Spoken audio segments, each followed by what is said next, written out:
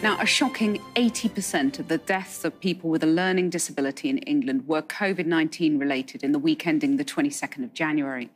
Figures released today by the charity MenCap, which said that the death rate was dramatically higher than in the general population. Yet despite this, people with learning disabilities are not being given the same priority to the vaccine as older people.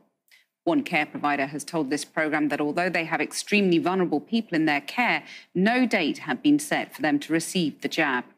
Our health and social care editor, Victoria MacDonald, has more.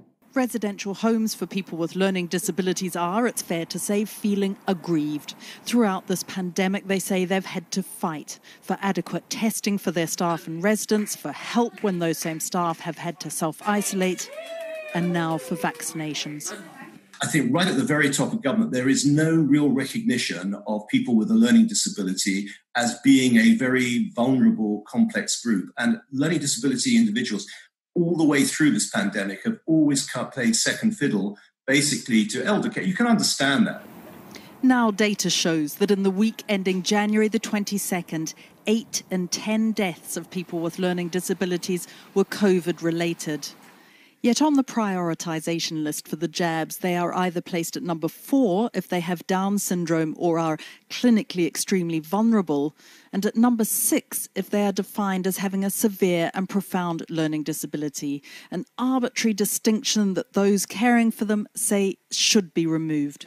What we're seeing is immense confusion as to what constitutes a severe learning disability. So there's no definition.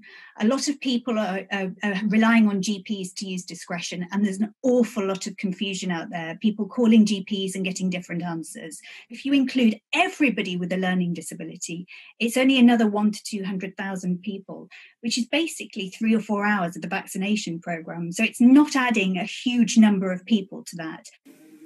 Homes from Home Care has been at the centre of the fight to be treated equally with care for older people. Today, they say 5 of their homes have had no vaccinations at all. One particular young lady was in hospital for 3 months not so long ago with pneumonia and sort of associated issues, which relates to which causes epilepsy and so on.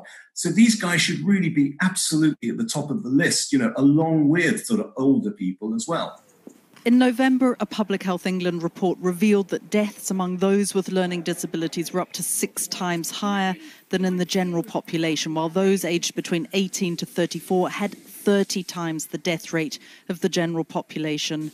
Today, the Health Secretary was asked why they aren't higher up the list for the jab. The best approach is to take the clinical advice and to follow that clinical advice.